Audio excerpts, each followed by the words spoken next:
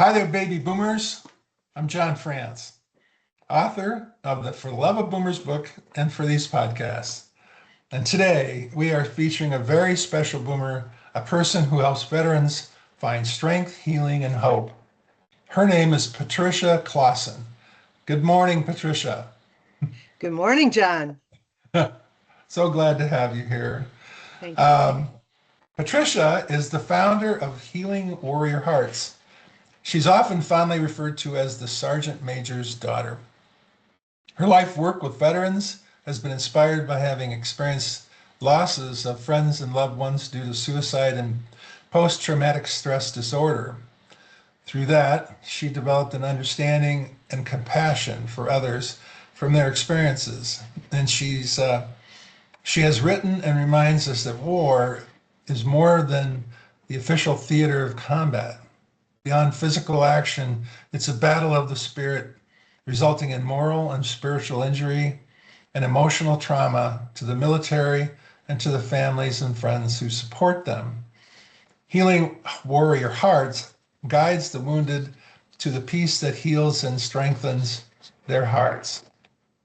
The gathering of community, unconditional acceptance, the acceptance of judgment, or the absence of judgment, create the safety required for healing to occur. Healing Warrior Hearts is sponsored by the Starfish Foundation, a charitable organization staffed entirely by volunteers. Healing Warrior Hearts programs are offered in Wisconsin and Texas, and they're free and open to all veterans and their families.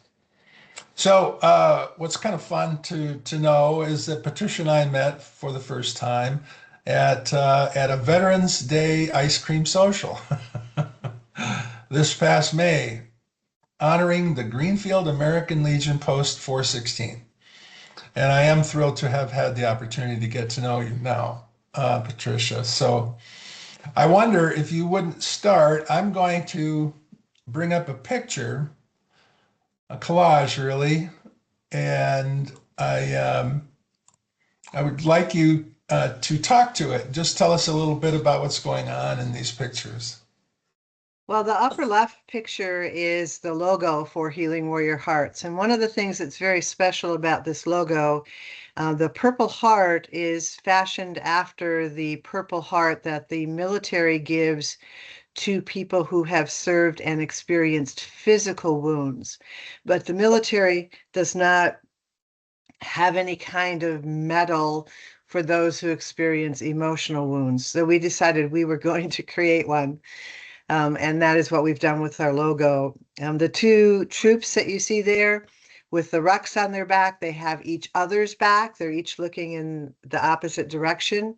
And that symbolizes, excuse me, that symbolizes our approach in Healing Warrior Hearts, that we have each other's back, meaning we care for each other. Then you see me hanging out there in the middle, and the group of people talking to each other. Our retreats don't look quite like that, but because the attendance at our retreats is confidential, we don't take pictures within the retreat itself. So the concept is that we're there sharing with each other, talking to each other, that people take the time to open up and have conversations. On the bottom left, you see a picture of two people walking together, and that's symbolic of something I say frequently in literature as well as to people I'm talking to about our work, and that is that I'll walk with you.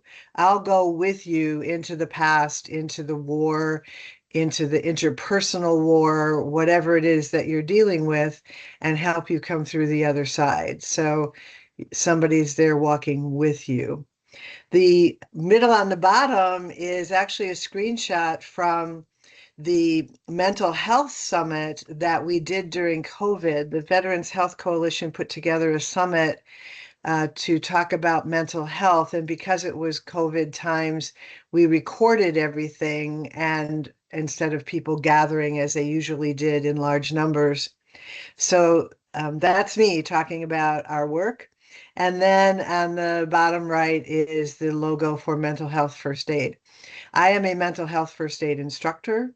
Our organization has coordinated a large grant from the Wisconsin Department of Veterans Affairs to get mental health first aid training out to Wisconsin resident veterans and their families. And mental health first aid, our tool is tools for compassionate conversations. Teaches you how to have the difficult conversation around mental health and things that are people don't often want to talk about, because even though therapy is much more common these days and much more well accepted, there are still many folks who have difficulty talking about their emotional wellness. So that represents the work that I do. That's fantastic, and I can't wait to learn more about it. You know, you've been doing this for 35 years. You've helped so many veterans. Now, why do you do it? One of the main reasons was my dad and my experience growing up, and seeing how his experience as a medic in World War II affected his heart, his emotions, his life, his caring about other people. I do it because I lost a classmate to suicide in Vietnam. And there's actually many others as well. I mean, it's not just one thing about why I do it. Most importantly, it's because if I can help another person have a better life, then my life is worthwhile. I love it.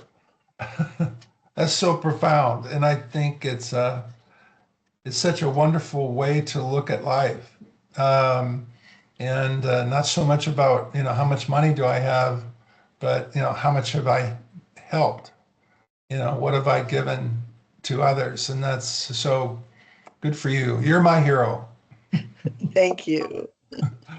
So tell me what you've learned by being Well, involved in this.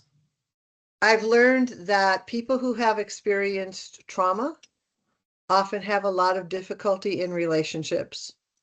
And I've learned to become more patient and compassionate with those who are hurting, and to take the time to see what's behind the behavior, especially when the behavior is difficult, dysfunctional. There's a reason. Everybody's doing the best they can with the tools they have in the moment. And so if they're what I call lovingly and respectfully misbehaving, there's a reason for that misbehavior. There's a need that's not being met. And if I can look for that need and help them meet that need, notice I didn't say fill the need for them. If I can help them meet their need, then I can make a difference and an impact that could last a lifetime for that person. So I've learned patience and compassion, and I've also learned to really appreciate the sacrifices, particularly in the military, but also in all the many other folks who serve in the world, that when people give, the word sacrifice means to make holy. And when people give of their talents and their services for the sake of others, that's a sacrifice. And I don't think we appreciate sacrifice enough in this country. Um, and we have to strive. The third thing, big thing that I've learned is we all need to strive to get beyond war. And when I say that, I don't just mean country to country war. I mean, we need to strive as individuals in our daily lives to get beyond the interpersonal wars, the us versus them on a one-on-one basis that really doesn't serve anybody in the bigger picture or in the long run. Well said. So tell me, you know, what are some of your best outcomes? What are some of your most rewarding memories? Well, there's one story that I can tell, and I have permission to tell it. I usually don't talk about things that happen during a retreat because, as I said earlier, it's confidential, but this person has given me permission to tell his story. It was a Vietnam vet, came to our retreats. He came in walking with a cane, kind of bent over, low energy, by his own words, very discouraged. And one of the things we do on a retreat is people have an opportunity, if they want and if it fits for them, to do a piece, what we call a piece of work, a bit of sort of psychodrama that helps them put a different outcome on the experience. Now, this particular veteran lost his entire unit in a battle in Vietnam. So he was the only one who lived and survived and came home. And he carried survivor's guilt 30 years, 30, 40 years since Vietnam. And the activity that we did with him is we took a lot of blue scarves. We have a bin of scarves that we use for lots of different reasons during the retreat. And we took these scarves and laid them on the floor to represent a river, because this battle took place across a river.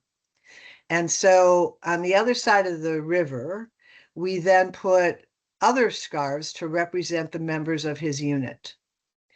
And this vet had every veteran in a retreat has a mentor or guide. There's a one-on-one connection that happens for every veteran during a retreat.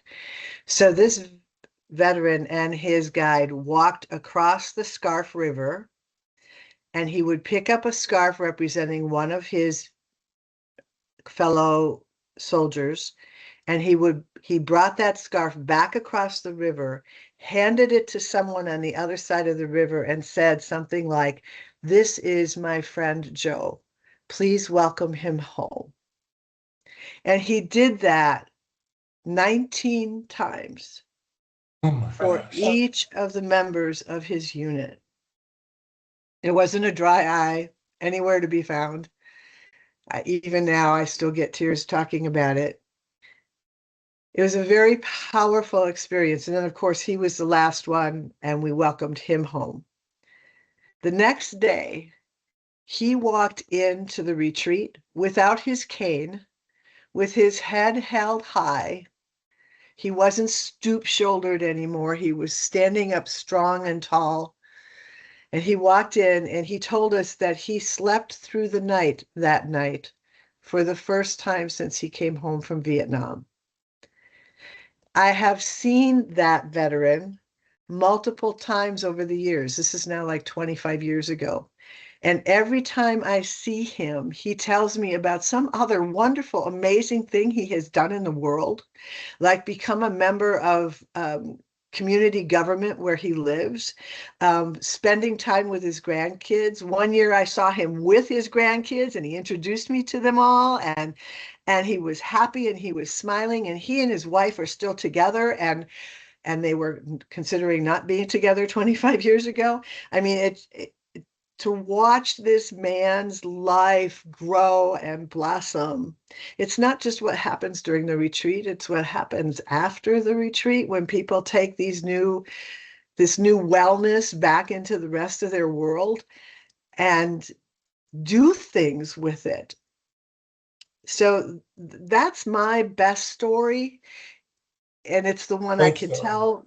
There are many others similar. I often have people, I'll see people on the street at an event who I haven't seen in 10, 20, 30 years, and they will tell me, "Thank you so much for everything I learned from you, because I still use it and my life is good." Oh, all I can say is, wow, that's so amazing, and such a wonderful gift, that you give others, to help them live their lives better.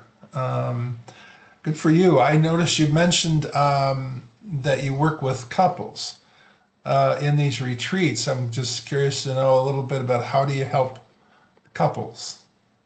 Well, I think one of the biggest aspects of that is that during the retreat together, they get information about trauma, post-traumatic stress, post-traumatic growth. They get communication tools.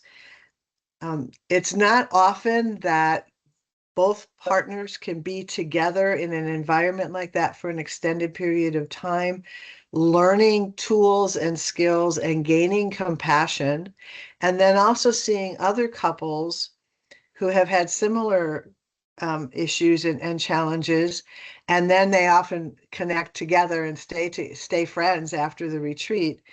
I think the biggest thing is we provide information in a very everyday language, a way that's easy to understand.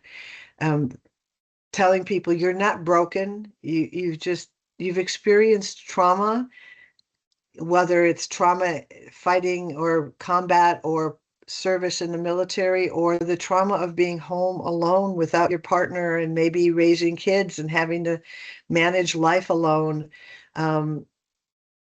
They get that. They get that they're not alone. They get tools, practical everyday tools that they can work with. That sounds terrific. I'm sure that's very meaningful for everybody. Keep people together, help them to understand the situation and stay together. And That's John, I want to add to that, if I could, just a short statement, and that is that not all the couples stay together. Sometimes they recognize that really what's best for them as a couple is to be apart and be friends. So having that process be something that isn't devastating and debilitating, but rather a process of good change. Mhm. I can certainly see how that would be. Um, you are the co-author and teacher of Step into the Light, Walking in the Light, and Dancing into Light, Renewal for Sexual Assault Survivors and Grief Relief, all weekend intensives for emotional and intelligence and healing. Can you tell us about that? Well, it all started with Taking It Lightly, and Taking It Lightly actually was the precursor to the veterans work. That's it. All of this started back in 1983, and I've done over 500 Taking It Lightly retreats over the last 42 years now, and out of each of those retreats, we have had opportunities where people wanted to work on specific issues. So the reason for the renewal program is that sexual assault can be a very sensitive issue. Being in the room with people who have experienced that is a safer place than being in a room with people who have never experienced that and might not understand. The same thing with grief, and the same thing with walking in the light, which is a more spiritually focused retreat. So we saw opportunities to do things to fit the needs that people had, and when we could, we took them. Great. You've commented in our previous discussion about the the number of suicides from Vietnam vets and how that relates to the number of deaths in battle. That they essentially are the same number. And I did not know that. I was shocked to know that. And I mean, I think many people would be shocked to know that. What does the phrase honor the warrior, even if you disagree with the war, mean to you? Well, it has a very special personal meaning. When I was a teenager, Vietnam War time, I protested the war on the Capitol steps, and excuse me, courthouse steps, and I was on TV. And my dad saw it, and my dad, being in the Army Reserves at that time and being at a command level, really kind of read me the riot act. And he said, "You do not get to do this.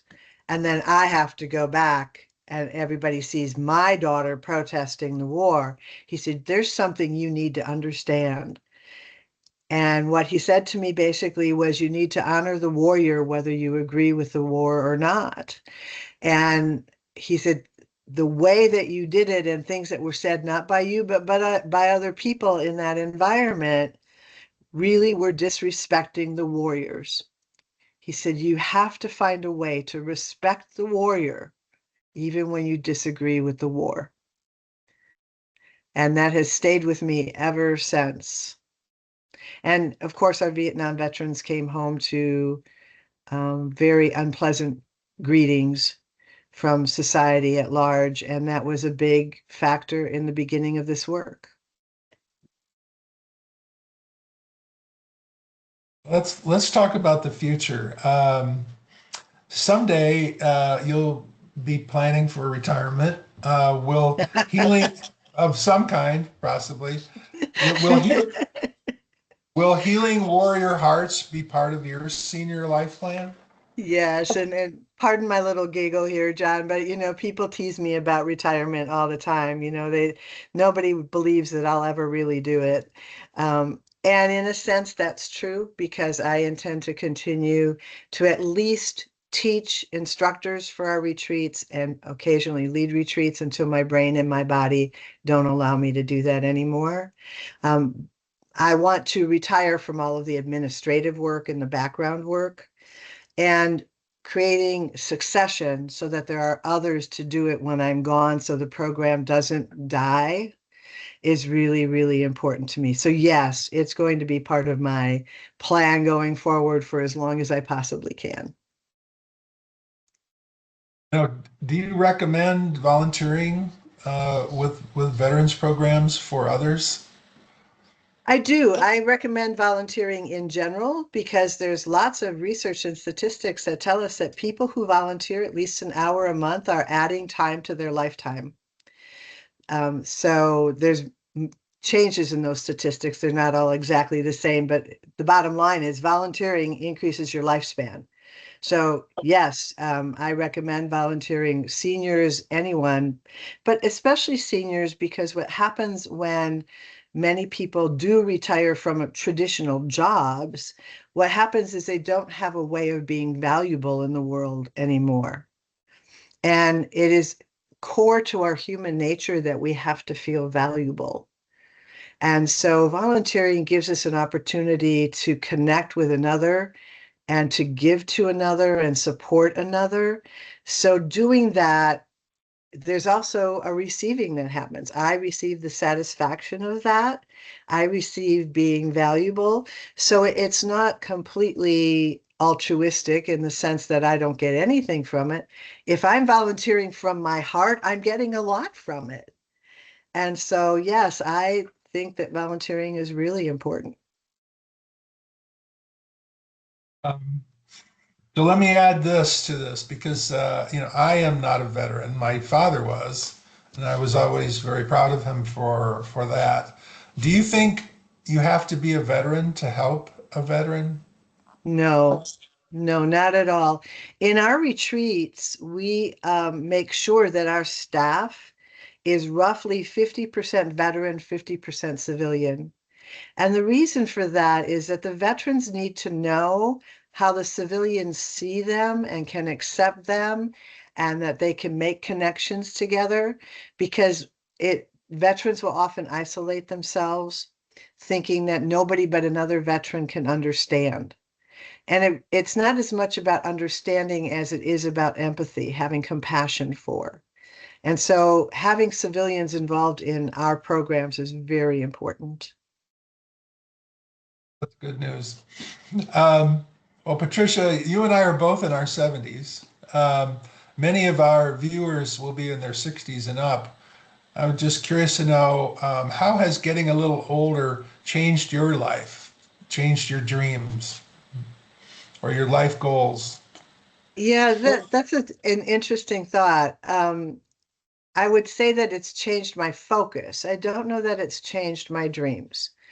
My focus has changed from looking at me as the focus of like national impact or something like that.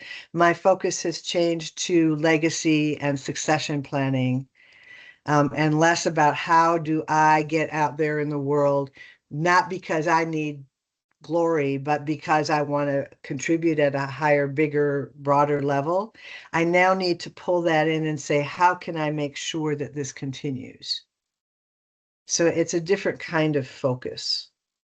That's a great answer. One of my previous interview persons said you have to change your goalposts, in as you get older. Yeah. And I like change your focus because that's of course true as well. But that's like getting excited about the new chapter of Hmm. the life that you're in and making it great. Quick question. What do you think is the best way for boomers, veterans, and other seniors to stick together? Oh, communication, communication, connection, connection, connection. Really, it's that reaching out and that connecting, talking to each other, being with each other. So any place that they can go to have that kind of interaction, and to do some things together. I see so much of older folks isolating. They tend to pull inward. And when I talked about moving from me being out there nationally to a focus of succession and legacy, that is a pulling in. And I think in many ways it's important in our elder years to pull inward, but not to isolate. They need to make that distinction. We need to get out and connect with each other and find places and opportunities to do that, like ice cream socials. Right. Right. No, I agree. No, I totally agree, and I emphatically agree. That we've got to keep connected, keep the community, connected, and so that's a great answer. Well, Patricia, I really looked forward to this because I thought there was so much to learn from you, and I Well, believe we did that. We learned a lot from you, and on top of that, you're a master motivator for people of all ages. So thank you you're welcome. for today, and I hope we'll hook up again. Let me wind this up. As always, the bottom line is we all adapt to our world as it changes and boldly go on. So until next time, take good care of yourselves. And remember, it's your heart that takes you places. So bye for now. Bye, everyone. Thank you, John. Thank you. Bye bye.